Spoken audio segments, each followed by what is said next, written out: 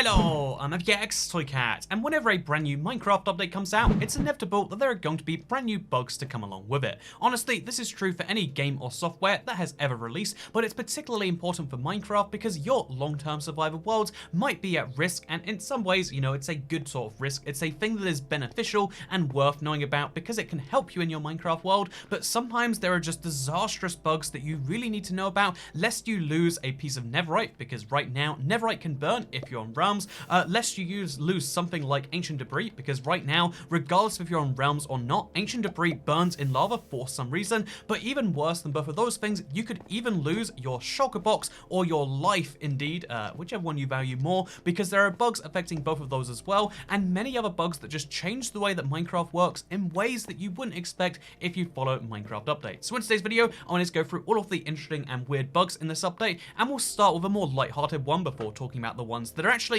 hugely beneficial or hugely, kind of a downside, because this one's fun and it reminds you that Minecraft bugs can be kind of, cutesy too, because did you know that the pan cape, a brand new cape that you can equip in the Minecraft menu, you can even see mine just down here in the profile, this is a brand new cape that you can usually get for playing in the betas. Right now it's available for everyone, so that accessibility might be a bug by itself, but the far bigger bug is the fact that unlike every other cape, it doesn't affect your elytras. So if you're wearing an elytra, like I am right now, wearing this cape, as you can see, will not actually show anything, which is even weirder if you choose to fly, because here is what it looks like when you fly. As you can see, it's like I'm swimming through the air. It's a very, very, very strange phenomenon, to say the least. And yeah, did you know you can do that as of this Minecraft update? I bet you didn't know that you could fly literally like Superman. It's a lot of fun in my opinion. But something that's more fun, because I want to talk about the positive side before the negative side, is the fact that if you have a bunch of piglins, like say I do right here, that you've collected into one place, and then let's say you tried to give them a bunch of gold, and I'm talking a bunch of gold for this to actually work, something that can happen on Bedrock that shouldn't be able to happen on Bedrock. It's arguably a bug, or it's a parity change, whichever way you want to see it, but basically, piglins can trade for more things on Bedrock than they can on Java, and most crucially of all, the most valuable trade, something which is less than a 1 in 100 chance, which is why we need so many of these gold nuggets to be thrown to the crowd, but something that you can get only on Bedrock but not on Java is a netherite hoe. Aha! There you go. Did you see that just fly at me? Literally landed right up here, conveniently enough, so now I can pick it up. As you can see, this is a netherite hoe, something you should not be able to get from piglins because it was deemed to be a bit too powerful to be able to get any amount of netherite tools from training with piglins. But yet, on Bedrock, there is a tiny chance, and I really do mean tiny chance, of getting a netherite hoe straight from the piglins. Personally, I think it's actually a good balanced gameplay mechanic. I don't think netherite hoes is ever going to be OP. No one's going to be like, oh, I just wish there was a way to get netherite hoes without having to trade with piglins. But like, just in case, it's worth mentioning, if you want a netherite hoe and you don't want to waste netherite on your hoe, because who thinks that hoes are worth their netherite, then what you can perhaps do is you can trade with some piglins while you still can. I think that's delightful. Maybe you agree, maybe you disagree. I personally love the trading with piglins mechanic regardless, because you get a bunch of ender pearls, you get glowstone dust, which is delightful, you get gravel, you get a lot of different things. However, the netherite hoe is absolutely the best thing you can get by far. Everything else is always questionable, except maybe fire resistance potions, but the netherite hoe is amazing and even works just as good as an iron sword, which I find to be kind of shocking. So yeah, do you want an iron sword but in Minecraft? You can even kill the very same piglins that help you out with. Well, boy, do I have some good news for you, because you can use a netherite hoe. Also, wow, there is a lot of lag here. Let's Superman away from that. Or, no, let's not. I'm Supermaning in lava now. Speaking of Superman in lava, I just want to quickly mention another kind of inconsequential bug that's very interesting to me because I don't even know how this happens. Look right now at the speed of the, the fire on my chest. This is what it's meant to look like. Oh god, what has happened right here? This is not what I wanted to do. So, look at the speed of the lava on my chest, and then look at the speed if I fly in the lava, or even if I, just kind of walk around in the lava. Oh god, I just... So here's me swimming in lava, and the lava burning effect, as you can see, is fairly slow. Here's me flying in lava. It's also the same if you sprint into the lava and you stay sprinting in it. For some reason, the fire goes faster on you. I don't know how this stuff gets affected, but I wanted to mention it as just a weird bug before we dive into a much more consequential one, because because the next one is really, you know, again, super important to know. Right now, mobs spawn more in the Nether. This is a confirmed bug. It's also a parity issue, but it's both a bug, a parity issue, and a concern for you as a Minecraft player. If you go to pretty much any, you know, Minecraft biome, let's go to this basalt deltas, for instance, you're going to find more mobs in there than you normally, you know, should be able to, or at least as than you would on the Java. And especially given that they fixed the spawning issues in the last update, you find so many more mobs now than you did before. I say that, and then all I run across is a tiny magma cube right here. But yeah, usually because they've removed a lot of the you know, like spawn limitations on mobs, it's particularly prevalent in the Nether that you'll find so many more than you would before, and that doesn't seem like such a bad thing. I mean, wither skeletons being more spawnable is really great when you go to a Nether fortress and you see there's more dudes there. I love that, but it's a really big deal because ghasts also spawn so much more, which again, really big problem by itself, because who likes ghasts? But it's an especially big problem when we mention the fact that ghasts can blow up shulker boxes, and you know, they've probably always been able to, but when they destroy them, sometimes they just vanish into thin air. This is ridiculous in my opinion. By the way, this is a nice little house that someone built on the realm that wasn't meant to be a real realm, but do you like it, by the way? How did they even do this right here? I have a lot of questions. So here is me in the Nether, at least how the Nether feels right now, and here are my shulker boxes, which for the sake of this argument, let's say they contain all my most valuable things. I would argue a shulker box is so valuable by itself that it doesn't matter that they're actually empty, but if you have anything valuable inside a shulker box, when they're destroyed by these explosions, which, I mean, we're very lucky that they haven't been so far, this is how it should work, but sometimes when a, you know, when an explosion hits nearby one of these things, something tragic happens. As you can see, this shulker box right here was destroyed and vanished, and yeah, this is a real concern. It happened to me on a stream. I lost a yellow shulker box. Fortunately, there was nothing in there, but I've heard reports of people losing all of their valuables as a result of them being in shulker boxes, so watch out. Ghasts right now can destroy shulker boxes, something that is super unfair given the number of items they can immediately just wreck, and it's something you gotta watch out for given the higher spawn rate of the ghasts.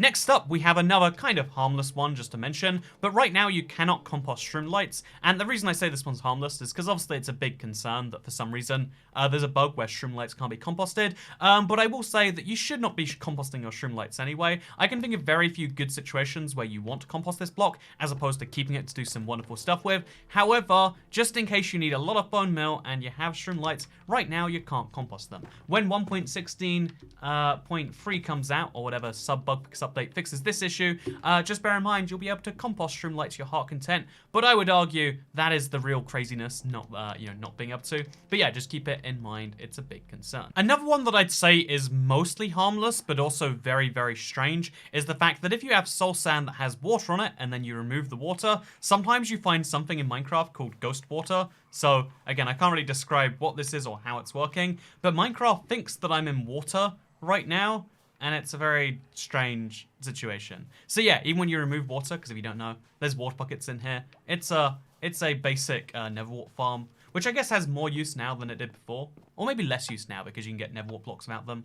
You know, you can see this however you want, but sometimes when you place the water down and then remove the water, what you spot is this ghost thing. In fact, it seems as though it's all the time, but not in all the places. And sometimes it's more ghostly than in other places. Like, you see how I like float down here? Like, it's very, very strange in my opinion. This is actually a bug I found in survival because I was just, you know, doing the Let's Play and found a weird bug. So sneak preview for the next episode right there. Wow, better go watch it when it comes out. Yeah, there's a lot of bugs in this update that are like minor. They're fun. They're interesting. But, you know, mobs spawning super differently, that's a very big deal that you can take advantage of, sure. You know, ancient debris burning, that's a big deal that you can take advantage of by avoiding at all costs, because I burned ancient debris. Shulker boxes is one that can only hurt you. These sorts of things can only hurt, but there are also some bugs that are arguably good things. I've been thinking about it a lot this past week, because the Nether is very different in Minecraft Bedrock than it is in Java, and, you know, I mentioned this briefly before, but it's even more ways than we figured. So let's talk about all the ways the Bedrock Nether is so different to the Java Nether, because again, Minecraft 1.16 is meant to be the Nether update for both platforms. It has the same major features, but they're so different between them, and let's hop into a different world and creative, and let's show you how. Okay, so now I want to talk about the 4 big differences between Nether generation on Bedrock and Java. Obviously, every individual seed's going to have slightly different biomes, and within those biomes, you're actually going to see some key differences with how they generate, but there's some really notable ones. For instance, the ceiling of basalt deltas and source sand valleys will not generate with basalt in the ceiling like it does on Java, but instead it's just netherrack. And again, this seems like it's no big deal on the surface, or maybe it seems like a really big deal because it ruins the atmosphere. And although I think as far as atmosphere goes, it's worse, it's significantly better to have netherrack on the ceiling because you can't exactly mine the netherrack in the ceiling anyway, or the basalt if it's that. And if you really wanted basalt, you'd get it from the ground. If you wanted netherrack, you'd get it from there. But there's one key benefit to there being netherrack in the ceiling, and that means if you need a lot of quartz or a lot of nether gold ore,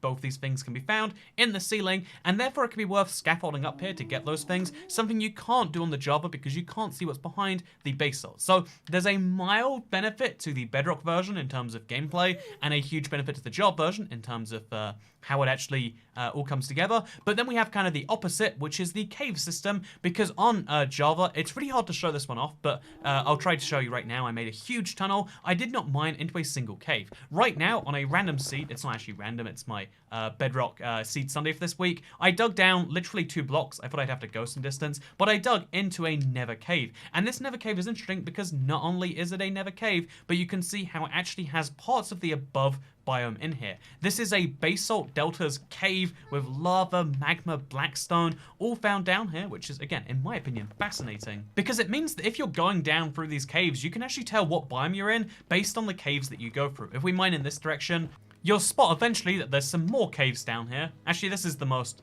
pathetic excuse for a cave. Actually, wait, maybe it's not. You know, I take back my insults. But you can tell from the red particles in the air. You can tell from... Actually, there's no plant life down here, but you can see that this is likely a crimson forest. It might be a nether waste, but I'm pretty sure it's crimson forest. And if we dig up to the surface, what are we going to find?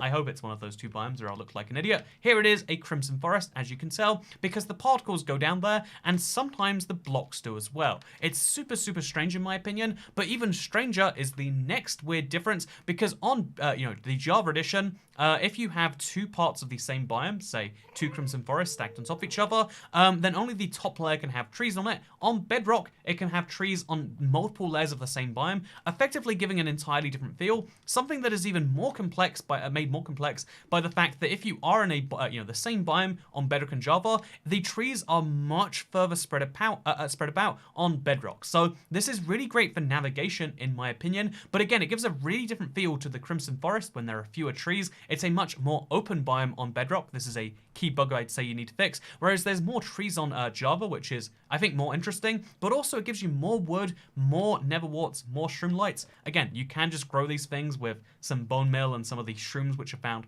all over this biome. But yeah, the biome, like every single biome has big differences between Bedrock and Java, and both of the forests are very notable for having a very, very big gap between all of the trees, which again, I think it's better for survival in terms of making it challenging, but I think it's worse for the player in terms of finding lots of trees, which you might want to do. I mean, who wouldn't, right?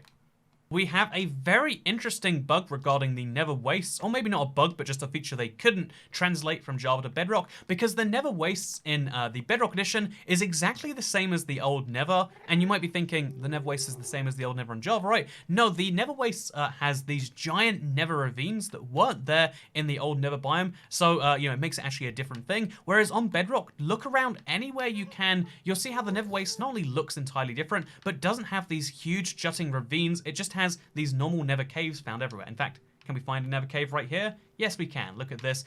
These nether caves are found everywhere, which you can still find on Java if you go high enough up, by the way. It's only low down where you will miss them. But there's no nether ravines on the Bedrock edition. Super strange stuff, in my opinion. I don't know how or why or what any of this stuff is or why it happens, but it is super strange in my opinion. Look how nice this room portal is, by the way. But yeah, you cannot find nether ravines, which isn't a huge deal. Again, as far as I think it makes the nether wastes a much less interesting biome, but it's not a big deal unless you're looking specifically for a lot of quartz and gold, because right now you can just dig into caves and find that stuff, but it's obviously easier when more of the world is ravined out. And right now, I cannot see any proof that those exist in the Bedrock edition. If you find them, let me know. Maybe they're just significantly rarer. But I've been obviously going for a lot of Nether update stuff and haven't seen a single one yet but we have seen a lot of other weird unrelated generation, which brings us into the last and final weird difference between the Nevers, the weird bug in how it generates on Bedrock, or arguably on Java.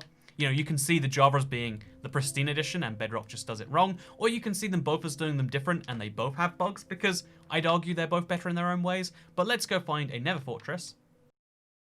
So as you can see right here, something super bizarre that you can only find on Bedrock is structures will interrupt the Nether Fortress in very interesting ways, literally overwriting some of the blocks. Here you can see this is a Nether Fortress. It's meant to be bricky all the way across, but because there is a ruined portal going through this one, I was actually gonna look for a basalt deltas, but this is a much cooler example in my opinion. Because there is a basalt delta,